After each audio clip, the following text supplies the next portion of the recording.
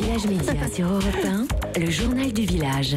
Et oui, c'est pas rien du tout. Et on va commencer avec l'info du jour. Et vous en parliez tout à l'heure, Philippe, dans l'info média à 8h55. C'est aujourd'hui que s'ouvre à Paris un procès pour diffamation contre 3 journaux, Mediapart, l'Obs, Le Point et 2 ONG, Sherpa et React. Le plaignant, Vincent Bolloré, via la holding luxembourgeoise Socfin et sa filiale camerounaise Socapalm, une énième procédure intentée par l'homme d'affaires contre des journalistes et peut-être le procès de trop. Dans une tribune publiée hier, une vingtaine de rédactions sont montées au créneau pour dénoncer les poursuites systématiques en diffamation dont ils font l'objet. Et parmi les 30 signataires de cette tribune, un journaliste de France 2. Il s'appelle Tristan Walex. Il est lui aussi poursuivi par le groupe Bolloré. Pourquoi ? Eh bien pour son reportage diffusé l'année dernière dans Complément d'enquête sur France 2 et co-réalisé avec Mathieu Régnier. Un reportage sur l'empire Bolloré, notamment en Afrique, qui lui a valu, je le précise, le prestigieux prix Albert Londres qui récompense le meilleur reporter.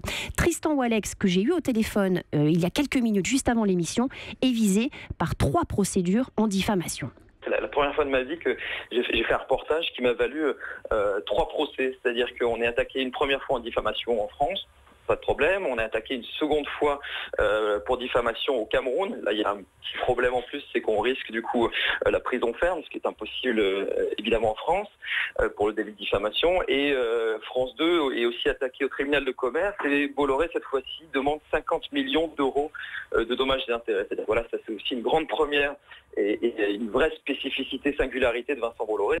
Voilà, 50 millions d'euros de dommages et intérêts, c'est aussi l'équivalent du plan d'économie qu'on demande au groupe public. Alors pour Tristan Walex, il y a un paradoxe. Vincent Bolloré, l'homme d'affaires, s'est toujours rêvé en grand patron de presse et il déteste les journalistes. C'est une énigme, les raisons pour lesquelles il a voulu être patron de presse, c'est quelque chose que moi personnellement je n'ai toujours pas bien compris, parce qu'on a quand même l'impression qu'il lui manque une petite case, c'est-à-dire qu'il comprend pas l'essence même du journalisme. C'est vraiment le sentiment que j'ai eu en travaillant sur ce personnage, c'est-à-dire qu'il aime effectivement la presse, les journalistes, mais il ne comprend pas qu'un journaliste soit là pour faire autre chose que la promotion de ses activités. C'est vraiment le sentiment que l'on a en travaillant sur lui. Alors actuellement, il y a une quinzaine de procès en cours ou à venir contre des journalistes, mais aussi des ONG qui dénoncent les agissements du groupe Bolloré en Afrique. Je précise, Philippe, que nous avons contacté le groupe pour lui donner la parole.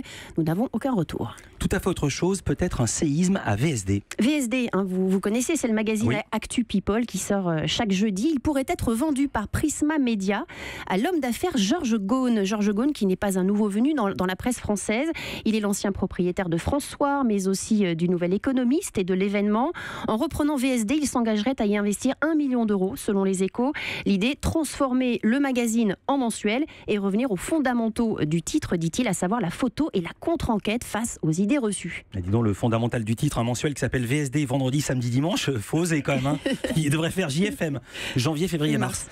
Un mot de football et de l'équipe de France. Et ce n'est pas une, mais 2 chaînes qui vont se partager les matchs des Bleus, TF1 et M6. Elles diffuseront en clair les rencontres de l'équipe de France jusqu'en 2022. L'accord a été signé hier avec l'UEFA. Ça commencera après le mondial de cet été. Les 2 groupes vont se partager une quarantaine de matchs, dont ceux comptant pour l'éliminatoire de l'Euro 2020 et de la Coupe du Monde 2022. M6, on le souligne, qui mise de plus en plus sur le foot, avait déjà acquis les droits exclusifs de l'équipe de France féminine pour 5 ans. Europe 1.